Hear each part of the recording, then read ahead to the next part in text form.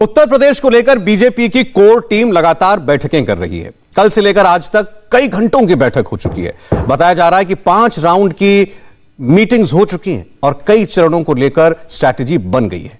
इस बीच चुनाव के हर चरण में एक नया एंगल दिखाई दे रहा है। नए नए मुद्दों को लेकर एक शोर मच रहा है। वोटिंग 10 फरवरी को शुरू होगी, लेकिन अभी से पूरे चुनाव में एक नया रंग दिखने लगा है। एक तरफ भगवा का शोर है, दूसरी तरफ मुसलमान वोटों का जोर है। तौकीर रजा, नाहिद हसन, अब्दुल्ला आजम, ये तीनों नाम इस वक्त बहुत चर्चा में हैं। इन नामों का शोर कितना बढ़ता है, इसकी वजह से कितना वोट बढ़ता है, यूपी चुनाव के पहले राउंड की फाइट बहुत ज्यादा तगड़ी होने वाली है और इसकी डिटेल्ड एनालिसिस आप देखेंगे 15 मिनट की इस रिपोर्ट में।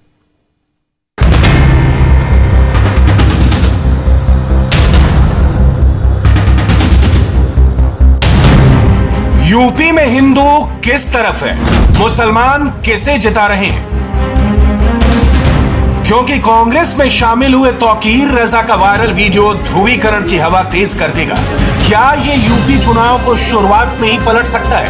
खासतौर से कह रहा हूं, मुझे उस वक्त से डर लगता है जिस दिन मेरा ये नौजवान कानून अपने हाथ में ले लेगा। हाँ, वीडियो हो गई, कंप्लीट हो गई। जिस दिन ये नौजवान बन गई, ये कानून हो गया और कानून अपने हाथ में लेने पर मजबूर हो गया, तो तुम्हें हिंदुस्तान में कहीं पनाह नहीं मिलेगी। याद करिए, यही वो मौलाना तौकीर रजा खान है जिन्होंने सीएए के समय कहा था हम तो अल्लाह वाले हैं, हम तो अल्लाह वाले हैं, हम चाहेंगे तो खून की नदियां बहा देंगे। क्या योगी आदित्यनाथ की 80-20 वाली लाइन ने पश्चिमी उत्तर प्रदेश में असर दिखाना शुरू कर दिया है? सवाल है कि कैराना से लेकर पश्चिमी यूपी की हर सीट पर क्या ध्रुवीकरण का फैक्टर ही काम करेगा और सुपर स्पीड से करेगा?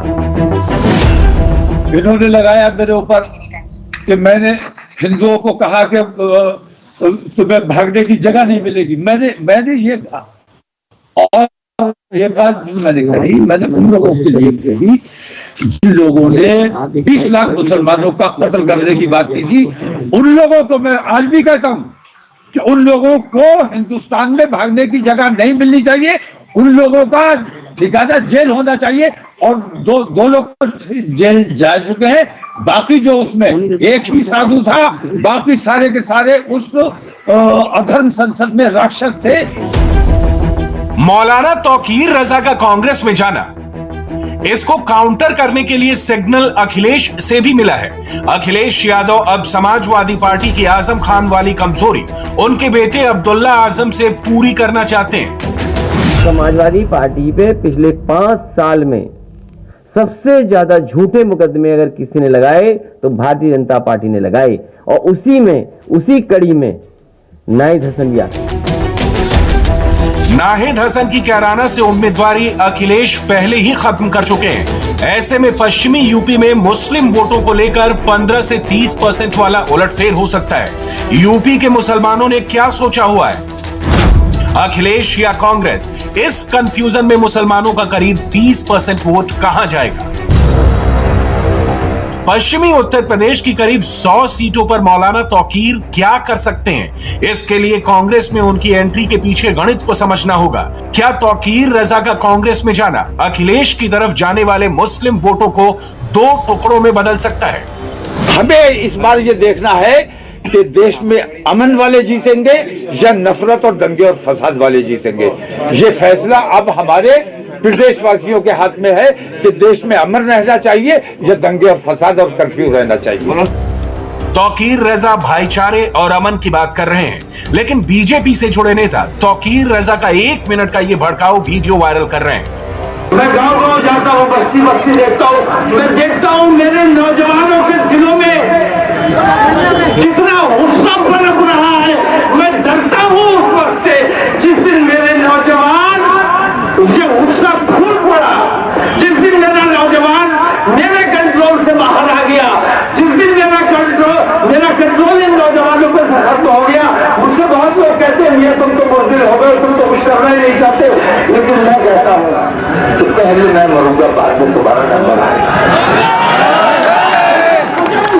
डर लगता है अपने हिंदू भाइयों से, खास तौर से कह रहा हूं, मुझे उस वक्त से डर लगता है जिस दिन मेरा ये नौजवान कानून अपने हाथ में ले लेगा। हाँ वीडियो हो गई कंप्लीट हो जिस दिन ये नौजवान मैंने बन गई ये कानून हो गया और कानून अपने हाथ में लेने पर मजबूर हो गया तो तुम्हें हिंदुस्तान में कहीं पनाह नहीं मिलेगी। आज ये सवाल उठता है कि आखिर ये मौलाना तौकीर रजा खान साहब कौन है। याद करिए, मीडिया ने चंद दिनों पहले मौलाना साहब के एक वीडियो को दिखाया था जिसमें स्पष्ट रूप से मौलाना तौकीर रजा खान हिंदुओं के खिलाफ जहर उगल रहे थे उत्तर प्रदेश में। स्पष्ट रूप से एक मौलाना कह रहे हैं कि अगर हमने खुला छोड़ दिया अपने युवकों को तो धर्म विशेष का नाम लेकर कह रहे हैं कि हिंदुओं को हिंदुस्तान में रहने की जगह नहीं मिलेगी, देश छोड़ के जाना पड़ेगा। और तो और उसी लाइन में वो कहते हैं आगे कि हिंदुस्तान का नक्शा बदल के रख देंगे, हिंदुस्तान का नक्शा बदल जाएगा। हिंदुस्तान का नक्शा बदलने वाले लोग, जिन लोगों के मंसूबों में इस प्रकार की कारसादी है कि वो हिंदुस्तान के नक्शा को बदलना चाहते हैं, कानून की व्यवस्था को पलटना चाहते हैं, स्वाभाविक रूप से वैसे लोगों का समर्थन कांग्रेस पार्टी लेती है। ये कोई कांग्रेस पार्टी के लिए नया विषय नहीं है।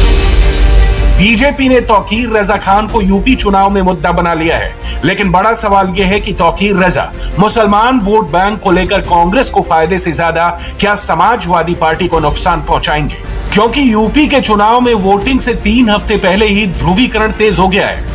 मंच से ये बात कही थी कि कांग्रेस ये न समझे कि उनको माफ कर दिया है, अभी मुसलमानों ने आपको पैरोल पे छोड़ा है, अगर आपका काम आगे ठीक रहेगा तो फिर आपके बारे में आगे सोचा जाएगा। लेकिन उन्होंने समझा अब हमारी सरकार बन गई। उन्होंने मुझसे कहा था कि सरकार बनने के बाद हमारा पहला फैसला होगा कि हम बटला हाउस इनकाउंटर की जांच कराएंगे। अगर बटला हाउस इनकाउंटर की जांच करा ली होती, दुनिया को पता चल जाता कि जो मारे गए वो आतंकवादी नहीं थे, उनको शहीद को का दर्जा मिलना चाहिए। जो इंस्पेक्टर शर्मा मारे गए उस इनकाउंटर में, उनका कत्ल हुआ, उनको भी उनकी पुलिस ने मारा था, जांच नहीं कराई गई। उन्होंने कहा कि इससे पुलिस का मनोबल टूटेगा। पुलिस के मनोबल की उन्हें ज्यादा परवाह थी, हमारे मनोबल की, 20 करोड़ मुसलमानों के मनोबल की परवाह नहीं थी। हमारे बच्चों को इस तरह अलल ऐलान आतंकवादी कहकर मार डाला गया। तौकीर रजा बरेली से है। बरेली मसलक को मानने वाले मुसलमानों पर उनका असर माना जाता है।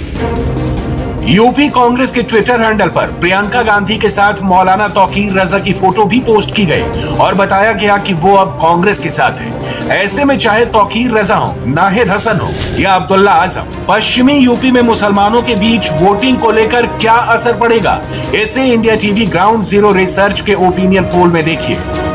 बीजेपी के साथ 5% मुसलमान पश्चिमी उत्तर प्रदेश में, समाजवादी पार्टी के साथ 74% मुसलमान।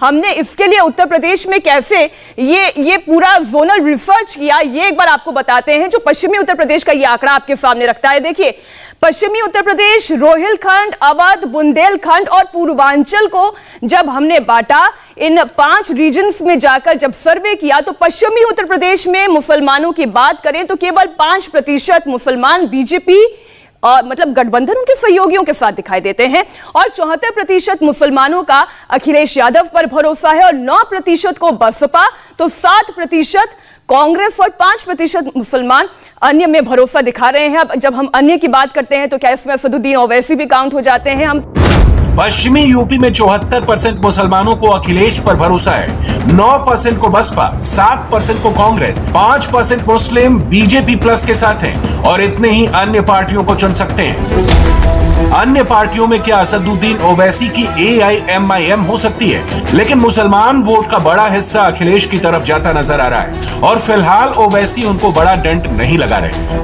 पश्चिमी यूपी आपने देख लिया, अब देखिए कि पूर्वांचल में मुसलमान वोटर का मूड क्या है।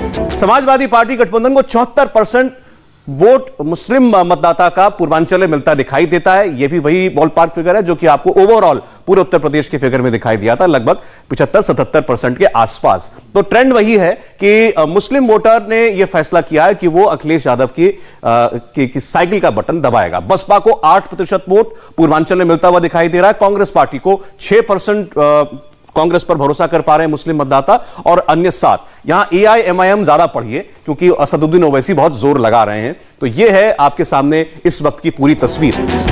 मुसलमानों को लेकर यूपी की बड़ी पिक्चर कहती है कि 403 विधानसभा सीटों पर 76% से ज्यादा मुस्लिम समाजवादी पार्टी के साथ हैं। 7.5% बीएसपी, 7% कांग्रेस, 5% अन्य पार्टियां और बीजेपी को 4% से भी कम मुसलमान वोट देना चाहते हैं।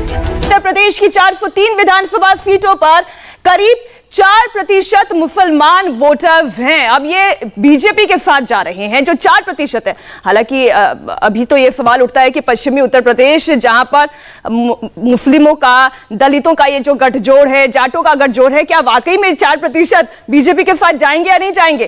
करीब 77% मुसलमान समाजवादी पार्टी के साथ जा रहे हैं।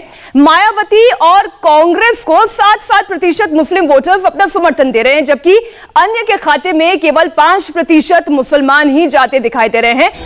इस बीच ये भी जानना जरूरी है कि यूपी में मुसलमानों के बीच मुख्यमंत्री पद को लेकर सबसे पसंदीदा नेता कौन है।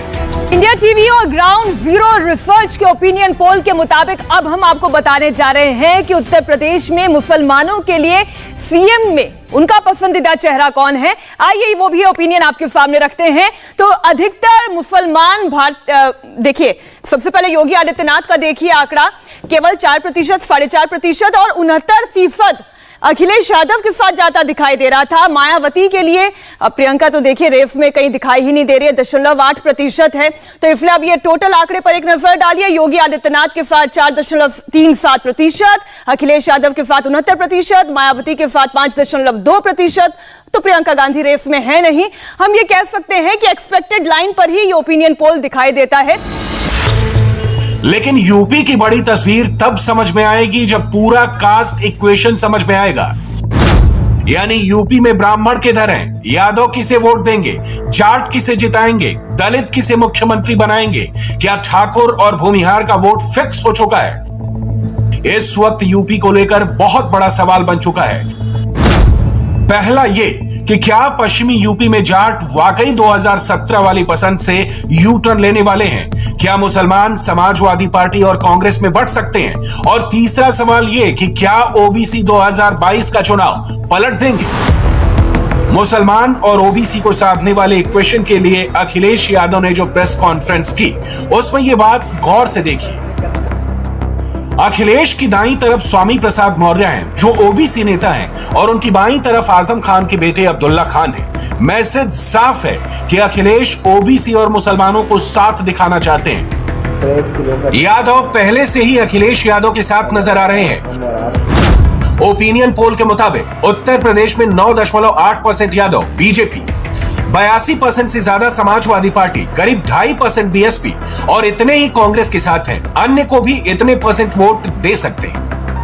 अखिलेश जानते हैं कि उनके साथ यादव वोट हैं, मुस्लिम वोट भी हैं, और ओबीसी साथ आए तो फायदा का लेबल उन्हें बहुमत तक आराम से ले जा सकता है।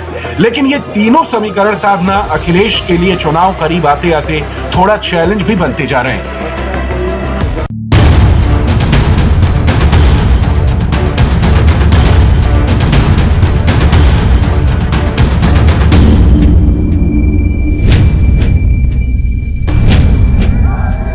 उत्तर प्रदेश में मामला बीजेपी के लिए भी फंसा हुआ है, क्योंकि मुकाबला सिर्फ मुस्लिम वोट का नहीं बल्कि लड़ाई ब्राह्मण वोट की भी है, और ब्राह्मण वोट को लेकर बीजेपी में टिकट बंटवारा फंस गया है। लखनऊ की कैंट विधानसभा सीट, जहां 17 बार हुए चुनाव में 12 बार ब्राह्मण उम्मीदवार जीते।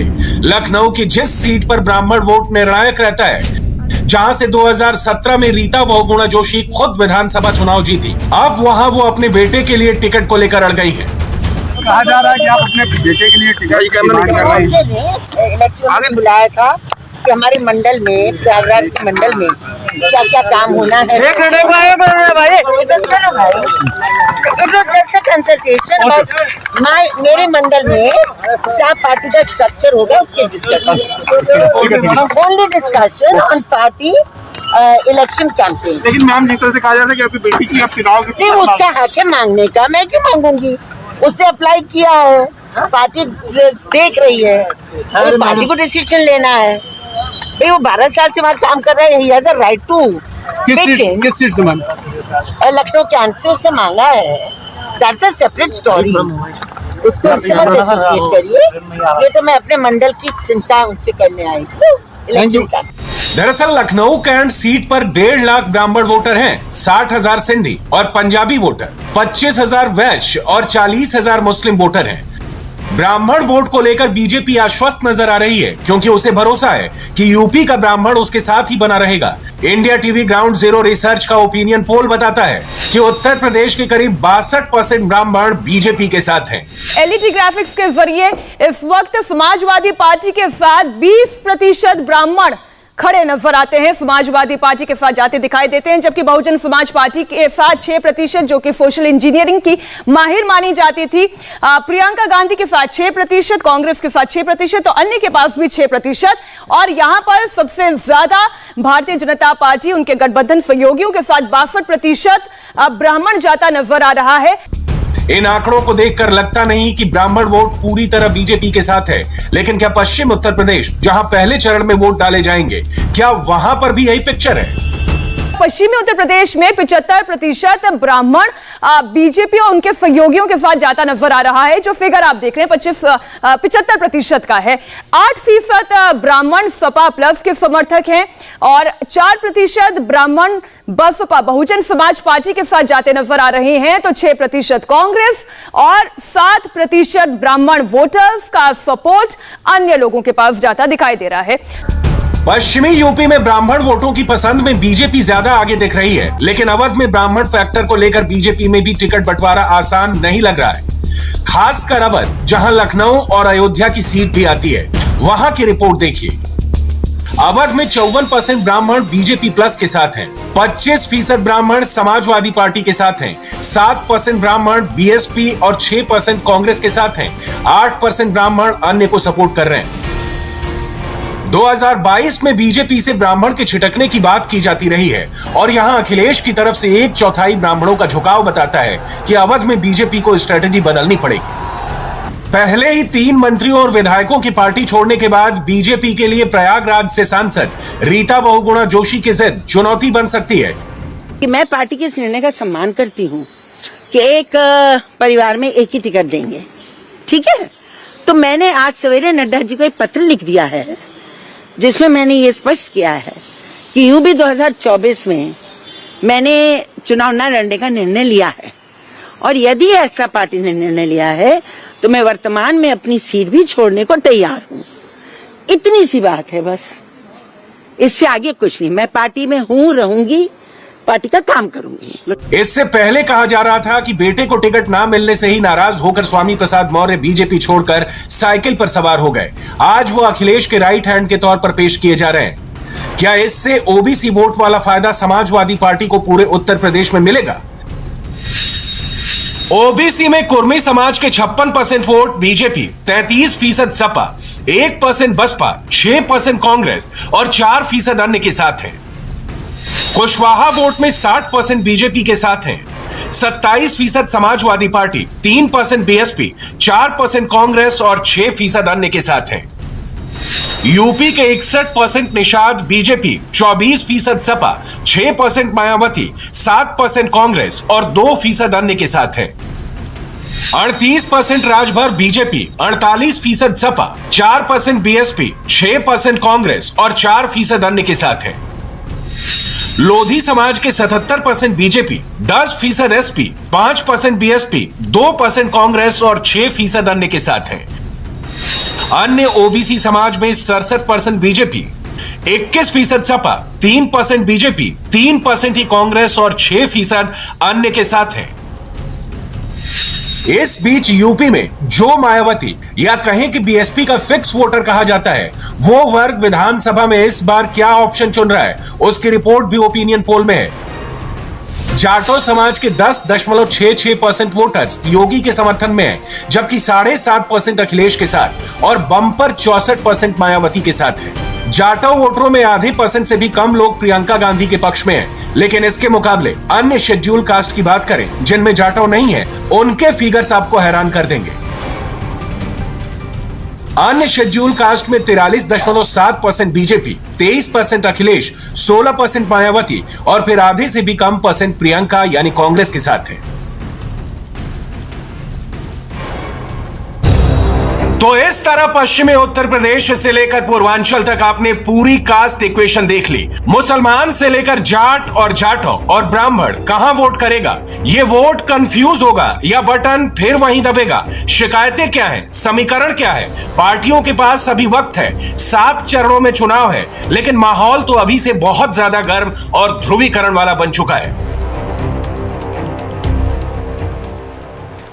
प्रधानमंत्री मोदी ने आज डायरेक्ट फोन मिलाया। पहला फोन गया आशुतोष शर्मा को, दूसरा फोन गया श्रवण रावत को, तीसरा फोन मनोज पटेल को गया, एक कॉल सीमा कुमारी को भी लगी। इन सारी कॉल्स में एक चीज कॉमन है, काशी। प्रधानमंत्री ने क्या सवाल किए, क्या जवाब मिला, इसमें पॉलिटिक्स भी है और प्रधानमंत्री मोदी का स्टाइल भी। देखिए एक रिपोर्ट। मोदी ही आज भी यूपी के मास्टर कार्ड हैं।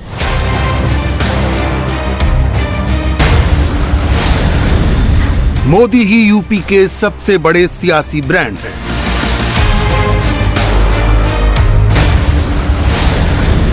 बाईस में भी मोदी का ही मास्टर स्ट्रोक चलेगा।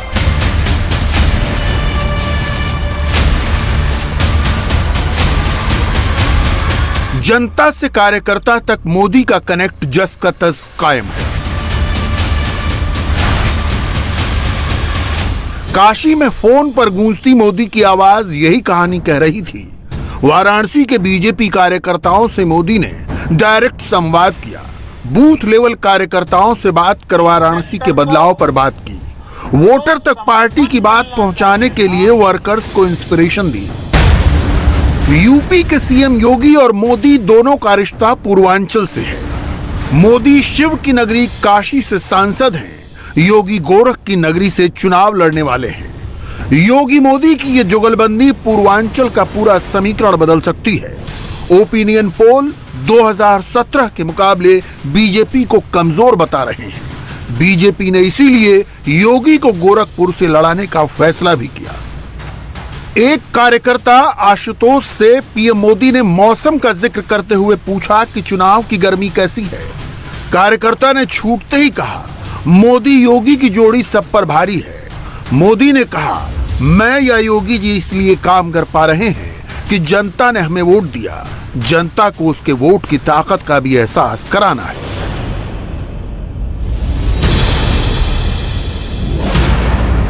माननीय प्रधानमंत्री जी को मेरा प्रणाम। मैं आशुतोष शर्मा, मैं उत्तरी विधानसभा से हूँ, बागेश्वर मंडल का बुद्धदेश हूँ। अच्छा आशुतोष जी, कैसे हैं? आपके तो नाम में ही महादेव है। ए बार कितना ठंड पड़ल हुए बनारस में? प्रधानमंत्री जी, मैं बिल्कुल ठीक हूँ। ठंड में 3-4 दिन से बहुत ज्यादा हो गई है। हम लोगों ने सोचा था कि अब खिचड़ी के बाद ठंड कम हो जाएगी, पर इस बार तो ठंड बढ़ गई है।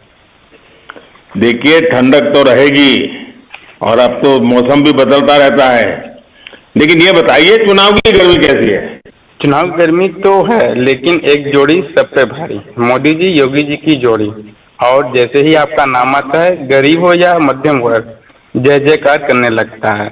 अच्छा ये बताइए, पहले जब भी बनारस की बात होती थी तो जाम लग जाना, ट्रैफिक की समस्या, ऐसा ही सुनते रहते थे। फिर मैं कुछ कोशिश भी कर रहा था। अब क्या स्थिति है? अब जाम की शिकायत आती है, नहीं आती है, क्या आता है? प्रधानमंत्री जी, पहली बार काशी में इतनी अच्छी सड़कें दिखाई दे रही हैं। रिंग रोड का काम हुआ है, बहादुर वाली सड़क भी बहुत अच्छी बनी है।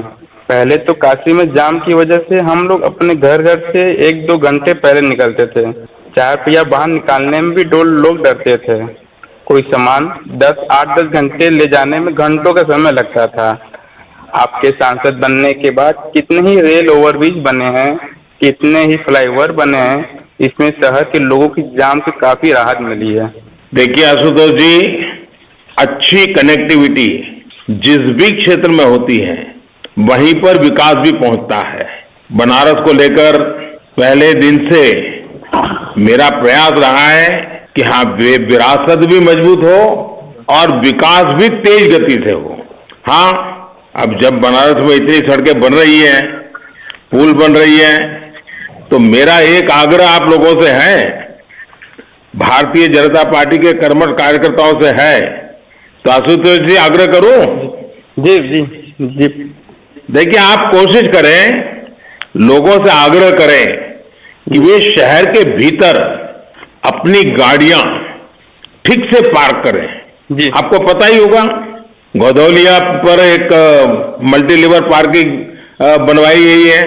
अब तो काफी अच्छा उसको लोग उपयोग भी कर रहे हैं। जी। ट्रैफिक के नियमों का जितना ज्यादा पालन होगा उतना ही समस्या का समाधान होगा।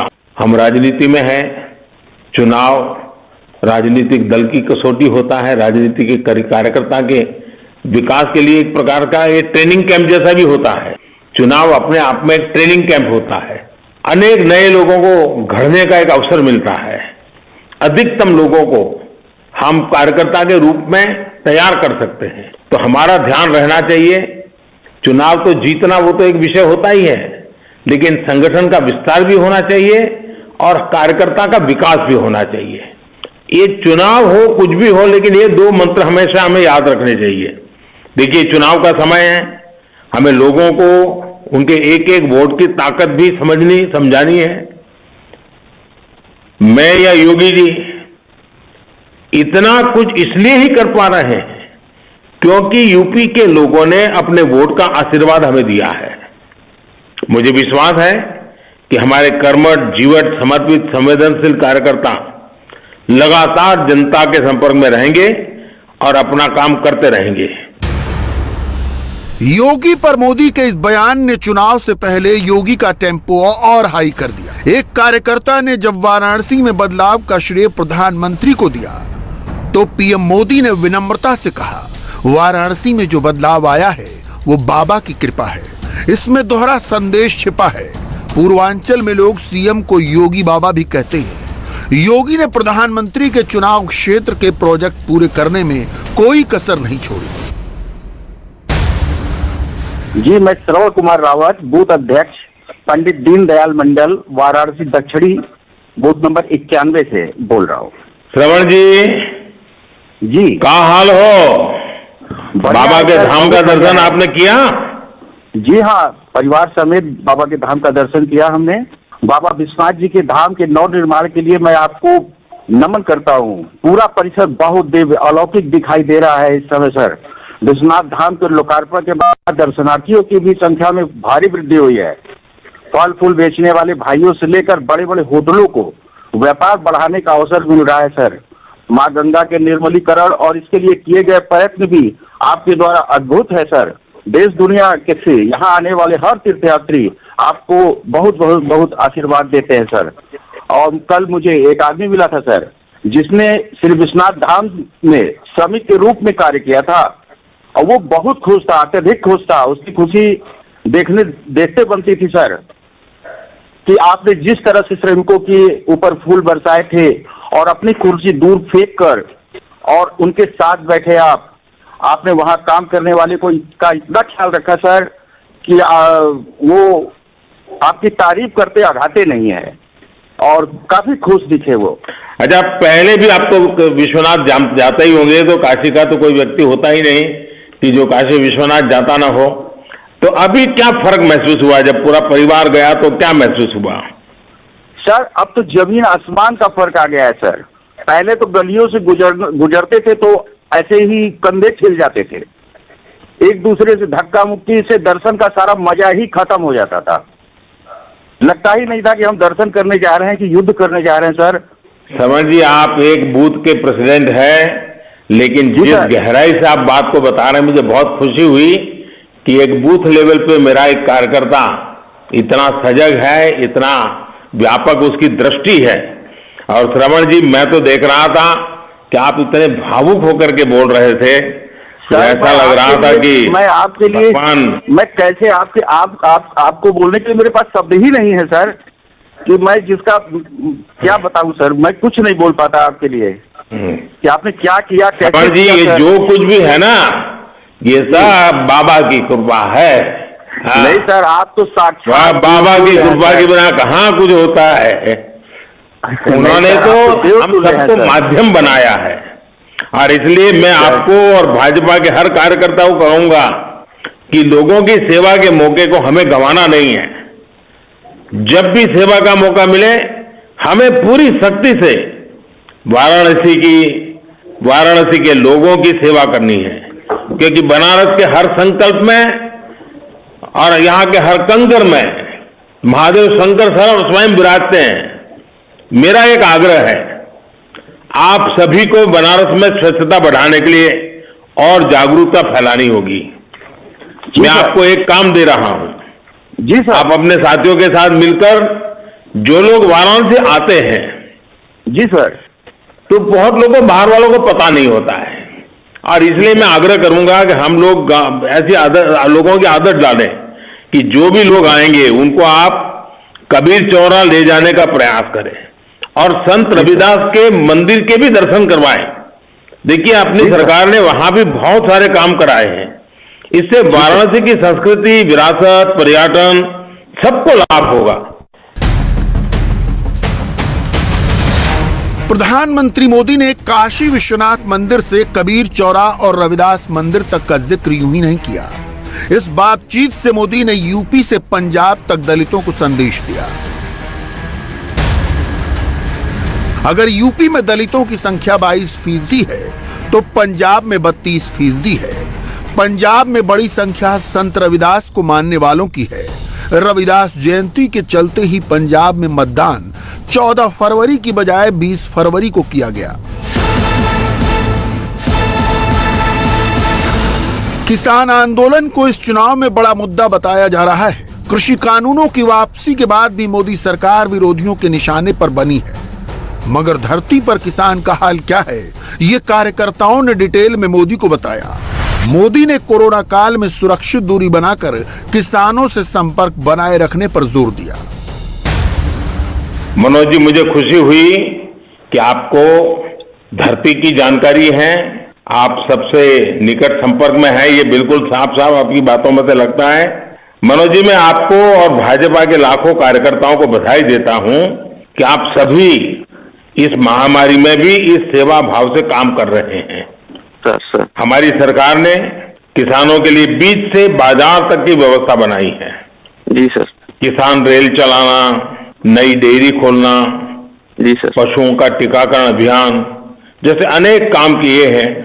पूरे देश में कृषि का इंफ्रास्ट्रक्चर भी जी उस दिशा में काफी आगे बढ़ रहा है।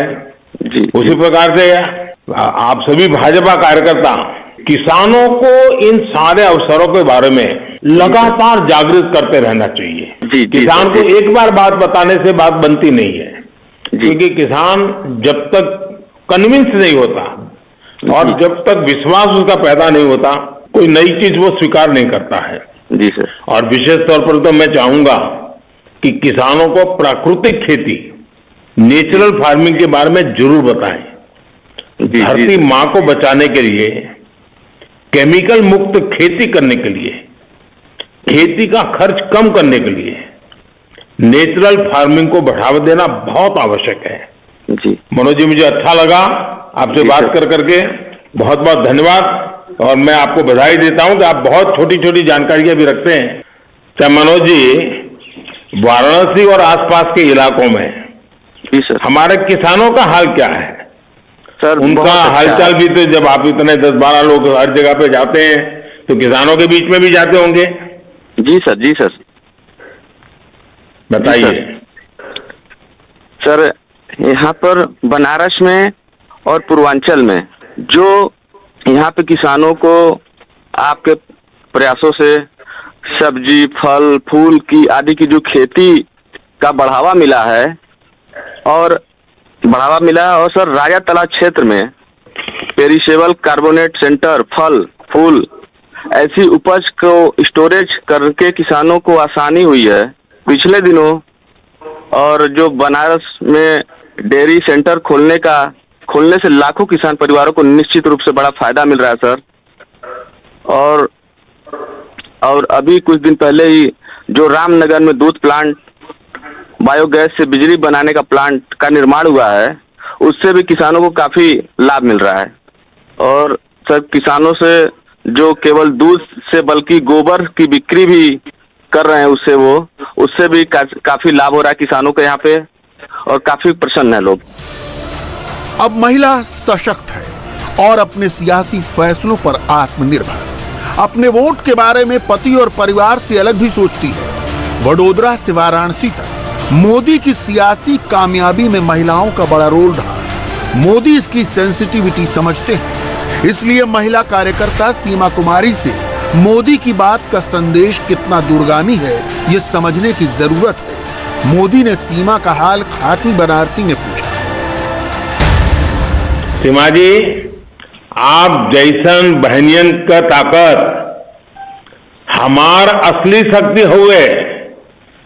आप खुश तो परिवार खुश, परिवार खुश तो समाज और देश भी खुश होता है।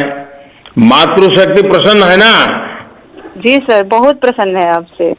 आप तो मातृशक्ति का इतना सम्मान करते हैं। अपने मातृशक्ति के विकास के लिए, बहन बेटियों की सुरक्षा के लिए, स्वास्थ्य के लिए, उनको आत्मनिर्भर बनाने के लिए अनेक योजनाओं का उपहार दिया है। सर, मेरे गांव में भी महिलाएं से बात होती रहती हैं। मेरी कई रिश्तेदार भी उधर रहती हैं। गांव में महिलाओं के लिए प्रधानमंत्री आवास योजना ने तो कमाल ही कर दिया है सर। पहले तो महिलाओं के नाम पर बैंक में खाता नहीं होता था, आज तो घर की रजिस्ट्री भी उनके नाम पर हो रही है। उन्हें पहले मालकिन ऐसे ही कहकर बुलाया जाता था, लेकिन आज तो घर की मालकिन भी बन गई हैं। जो आवास दिया गया है उसमें भी महिलाओं की सुविधा का ध्यान रखा गया है। उज्ज्वला का कनेक्शन है, नल से जल आता है, बिजली है। सर, अब महिलाओं को न तो रसोई के धुएं से जूझना पड़ता है, न ही पानी के लिए लाइन लगानी पड़ती है। हमारे यहाँ जल जीवन मिशन का भी बहुत लाभ महिलाओं को मिल रहा है। सर, सभी महिलाएं बहुत खुश हैं। काशी समेत पूरे देश की महिलाओं के विकास के लिए आप बहुत कुछ कर रहे हैं सर। इसके लिए हम सभी महिलाएं आपको बहुत बहुत आभारी हैं। सीमा जी, आपने कहा कि ये काम मैंने किए हैं। मैं कहता हूं कि ये काम देश की माताओं बहनों ने किए हैं। उन्होंने सही फैसला लेकर, समझदारी से फैसला लेकर हमें सेवा का जो मौका दिया, तभी तो काम हो पाए। पिछले 7 वर्षों में हमारी कोशिश रही है कि हमारी बहनों बेटियों के मान सम्मान स्वाभिमान में बढ़ोतरी हो।